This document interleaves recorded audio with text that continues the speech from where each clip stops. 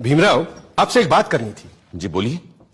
आपने तो देखा ही है सभा में कितने लोग सरकारी नौकरियों में आरक्षण का विरोध कर रहे हैं। अब अगर शेड्यूल कास्ट और शेड्यूल ट्राइब वालों को आरक्षण दिया गया तो आप तो जानते ही हैं फिर सिख, ईसाई, पारसी, मुसलमान कोई पीछे नहीं रह जाएगा। मगर सिख, ईसाई, पारसी, मुसलमान किसी और का मुकाबला अनुसूचित जनजातियों के साथ नहीं हो सकता।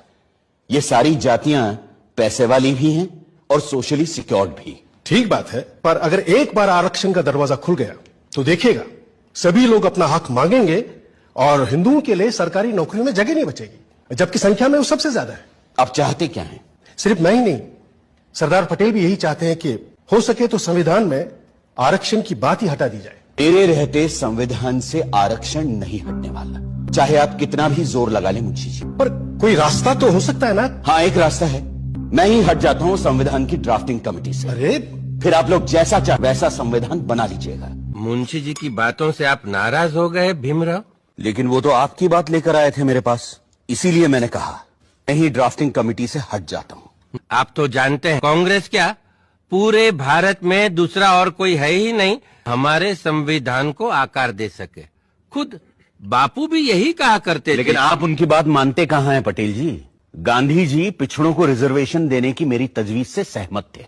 पंडित नेहरू ने तो पंडित होते हुए भी ये कहा, सदियों से हिंदुओं ने ये अछूतों और आदिम जातियों को बेबसी, दरिद्रता और अशिक्षा में रखा। फिर अगर हमें उन्हें सबके साथ बराबर लाना है तो हमें उन्हें स्पेशल ट्रीटमेंट देना ही होगा। आपकी बात सही है, पर आप तो जानते हैं कि बड़े पदों पर हम मेरिट के आधार पर ही लोगों को ले पाएंगे।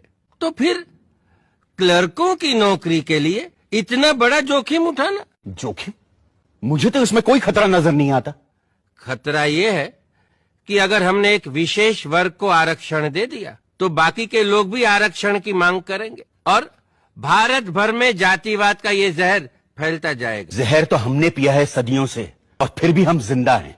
रीढ़ की हड्डी तोड़ डाली आप लोगों ने हमारी, फिर भी हम लोग खड़े हैं। एक बार हमें अपने बराबर आने का मौका तो दीजिए पटेल जी, देखिए कैसे हम आगे निकल जाते हैं। और ये काम बिना आरक्षण के नहीं होगा। पर फिर भी मेरी बातें आपको जहरीली लग रही हैं। मैंने अपना इस्तीफा तैयार रखा है, आप खुद लेते जाइएगा। मैं बड़ा जिद्दी आदमी हूँ आम्बेडकर जी, लेकिन मूर्ख नहीं हूँ, किसान हूँ। देख कर ही बता सकता हूँ कि कौन सा बीज कल मुझे अच्छी फसल देगा।